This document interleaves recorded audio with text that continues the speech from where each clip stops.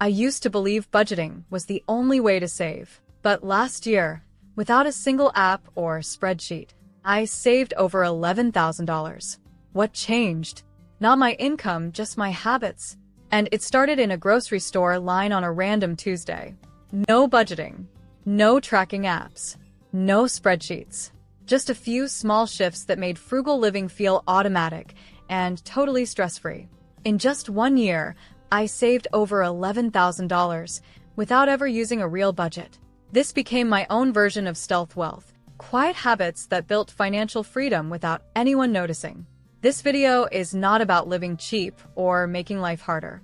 It's about creating easy systems that help you spend less without thinking about it too much.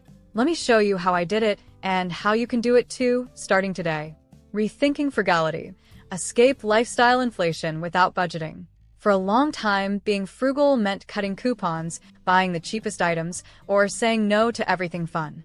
It felt old-fashioned and a bit extreme. And budgeting? That usually meant staring at a spreadsheet, tracking every dollar, and feeling guilty every time you went over your limit. But the world has changed, and so has the way we manage money. In today's fast-paced life, many people feel tired just thinking about budgeting. We're busy, distracted, and overwhelmed with choices.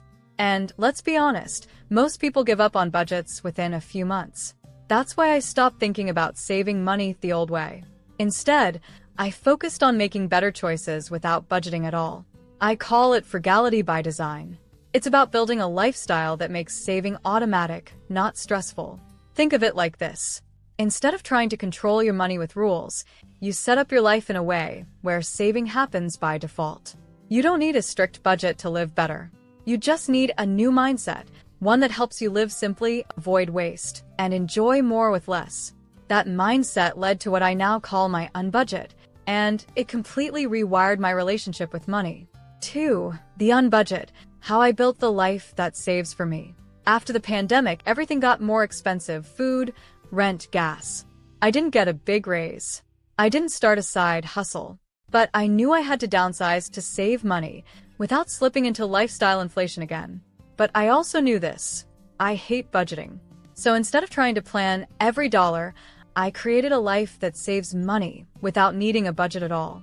First, I moved closer to work. That meant I didn't need to drive every day, which saved me hundreds in gas and car repairs. I even sold my car. No more insurance bills. Then I made cooking simple.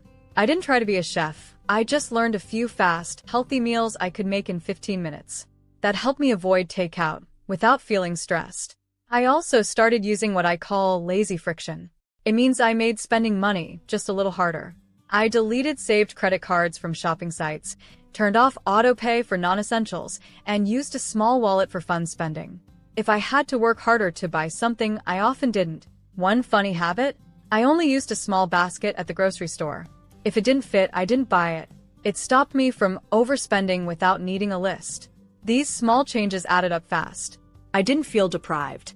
I felt free.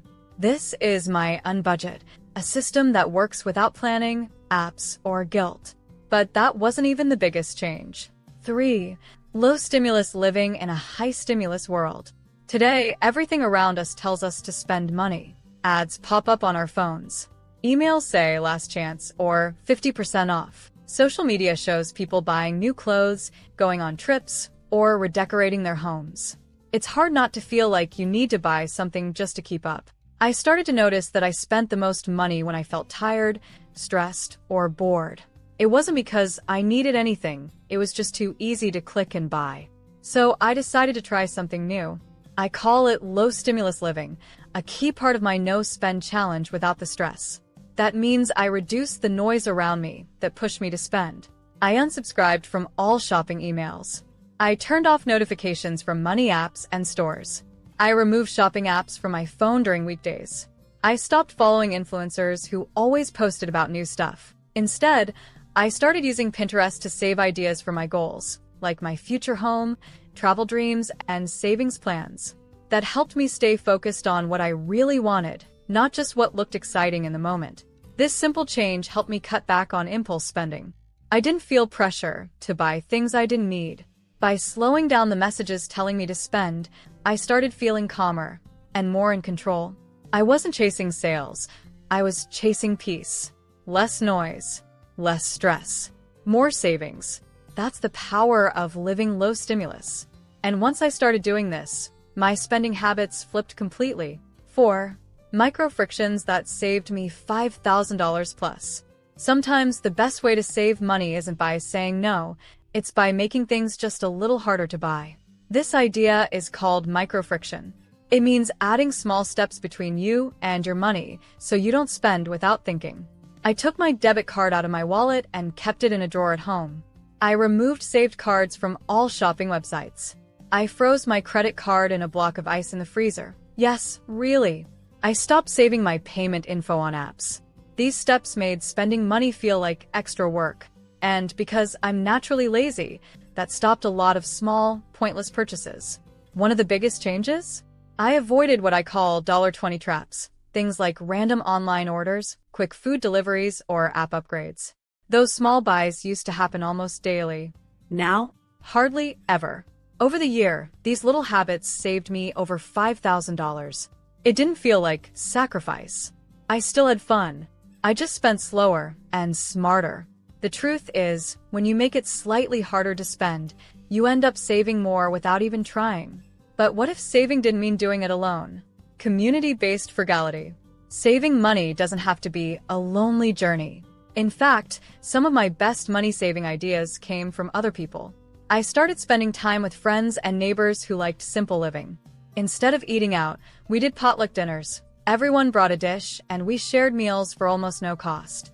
It was fun, easy, and social. I also joined a Buy Nothing group online. People in my area give away items they no longer need for free. I got kitchen tools, books, and even furniture without spending a dime.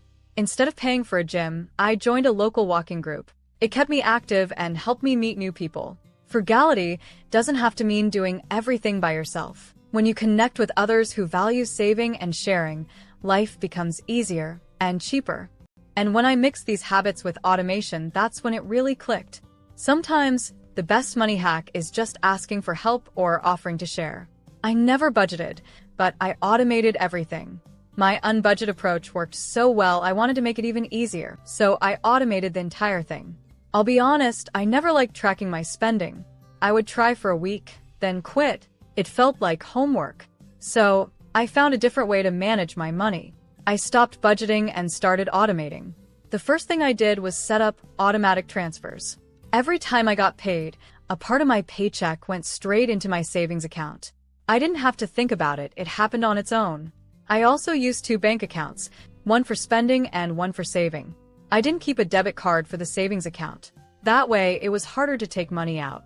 Some banks and apps made it even easier. I used features like Monzo Salary Sorter. It split my money right after payday. Revolut Vaults. It rounded up purchases and saved the change. Auto Invest apps. Small amounts went into investments each week. I call this reverse budgeting. Instead of tracking every expense, I just made sure my savings came out first. This way, I didn't need to say no to everything. I just spent what was left, guilt-free. It felt simple, and it worked better than any budget I ever tried. What I don't do. Let me be clear, I'm not extreme about saving money. I don't clip coupons. I don't make my own soap or toothpaste. I don't spend hours hunting for the cheapest deal. I don't track every dollar or skip every coffee. Instead, I stick to my unbudget mindset, good habits, less waste, and spending on what I truly enjoy. I still travel, eat out, and have fun. I just do it on purpose, not by accident. Frugal living doesn't have to feel hard or boring. It's not about being cheap. It's about spending smarter and living better. Back in that grocery store line, I realized something important. I wasn't just saving money. I was gaining freedom. By spending less, I felt less stress. I had more peace, more time, and more control over my life. I didn't follow a strict budget. I just made small changes that helped me save without thinking too much. Now, I have a growing savings account, no guilt about spending, and a life that feels lighter. It's my version of a financial freedom journey, no budget required. Frugal living gave me more than money. It gave me calm. You don't have to do everything. Just start with one small change. That's how it begins. If this video helped, Hit that like button, subscribe, and share it with someone who's tired of budgeting but ready to save smarter.